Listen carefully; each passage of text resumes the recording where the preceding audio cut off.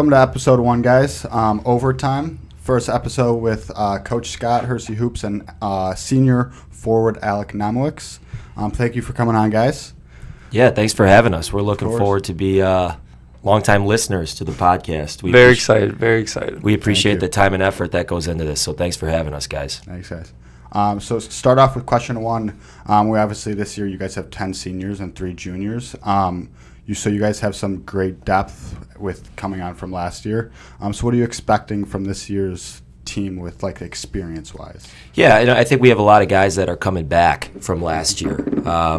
That said, we lost 5 starters, so it's a lot of guys in new roles from last year, and watching them develop and blossom and really relish those new roles that they have is exciting for a coach. The seniors give me a lot of confidence because they're great listeners, they're great workers, and the best part about all of them is that playing with each other makes them better. So I'm really excited for our senior class. That said, our junior class, the class of 2021, is really talented as well. We got some guys that can make plays and do things athletically that are really hard to coach and teach. So, harnessing all those skills onto the basketball floor with 5 guys at a time is going to be a challenge for me, but definitely a challenge that I find exciting, and looking forward to our schedule, watching these guys really compete. So, Alec, this one's more directed towards you. Playing against York next Monday, the 25th, what are you guys doing to prepare for this game, and how will you handle the size of those 2 centers, Wagner, who is 6'4", at 245 pounds, and Galvin, who is 6'5", a 270-pound monster? Well, pretty much every day we always go through a post work where it's all the big men practicing with each other, practicing post moves, practicing against each other to really get us going, start of practice, exactly. And then we get usually a coach to run a pad with us, and he just hits us pretty much as hard as we can so we can finish as strong as we can and prepare for any situation in the game. So pretty much, honestly, we are pretty well prepared. All right. Awesome. And obviously, for the next question, you got your practices range from weekends and weekdays. But what does your practice typically look like? Well, it's nice because Coach here always sends us a daily picture of what to expect and what to know for the practice. And usually one player will get the chance to pick one drill out of like 3 of them, which are usually like the hardest drills of the day. And as a group, we usually choose to pick which drill we want to do for the day.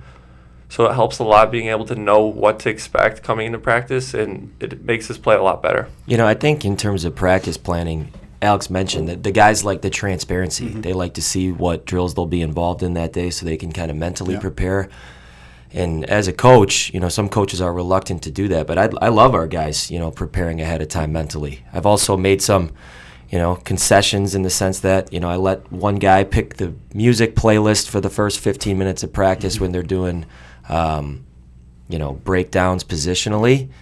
It's not the music I would pick, but sometimes, you have to keep them happy. You have to keep them happy and keep them with something to look forward to. And our practices are generally at this time of year 2 hours and 15 minutes long, but it's a good time period for them to really focus and develop with only 11 practices into our first game. So.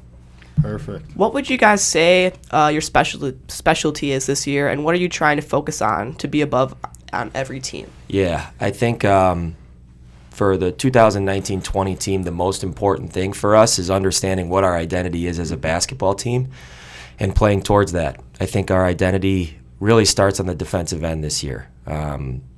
We don't have the type of talent or athleticism or, abilities to go out and outscore teams with 75 points. Mm-hmm.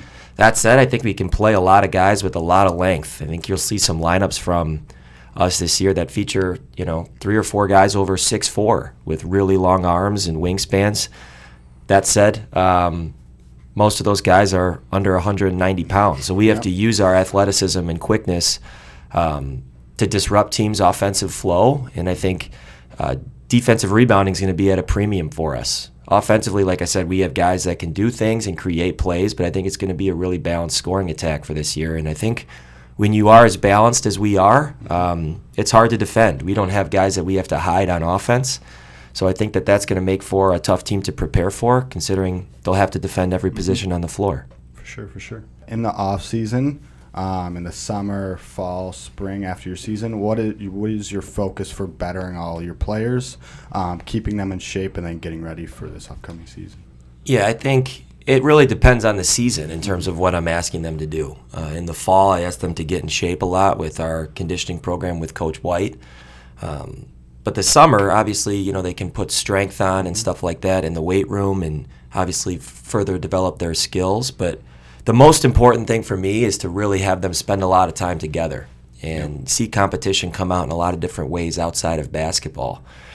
We had a bags tournament. We had a Viking chess tournament. We drove to Wisconsin. We've done a lot of different things. We read parts of a book together this summer. We do a lot of things that kind of see each other outside of the realm of basketball, and I think that's really brought these guys together in a certain way. So just trying to bring like the chemistry together. Yeah, it connects us well, I'd say. Bring new kids out like juniors and stuff who none of us might not know as much. Like before fall even started, we knew everyone perfectly well and stuff, and everyone was already friends, which helps a lot. That's awesome. Yeah, I think it's hard to force guys to be friends.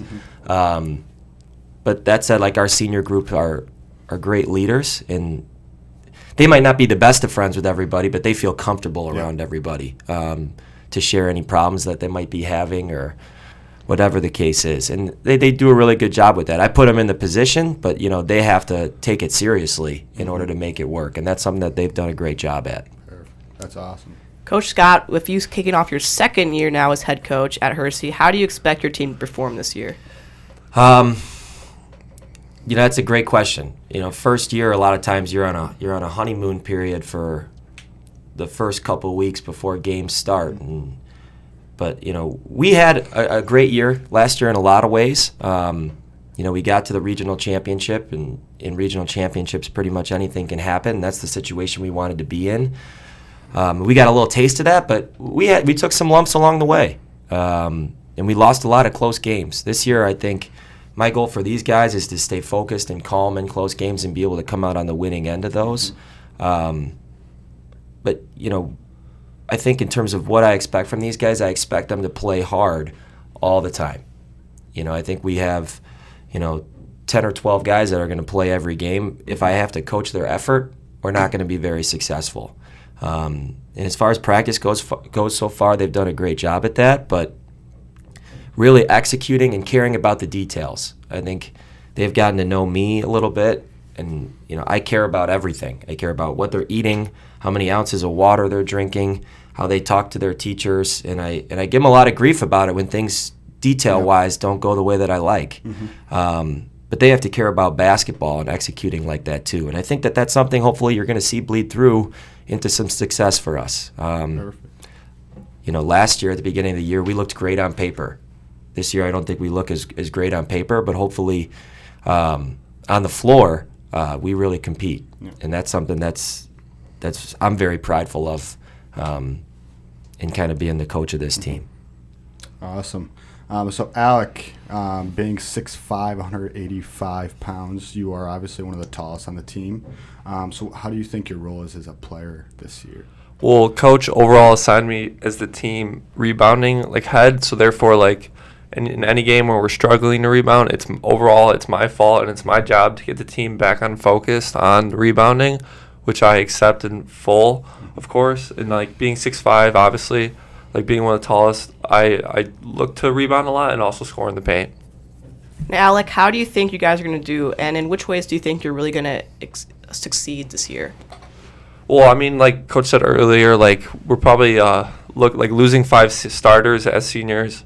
It's pretty tough, but people don't really know what to expect from us, which I think is very good because people don't know how good we can be. And being a more defensive side team, it might not be as high scoring games, but that's what we want. And we don't want teams scoring as much points as they think they can score, and that's how we'll win games. So I have some rapid questions. Both of you guys. Oh, we're going rogue. I love it. I love the unscripted nature of overtime. I wanted to try this out. So first, whatever comes to mind first. So who do you think the liveliest on the team is? Luke Martin. Luke Martin.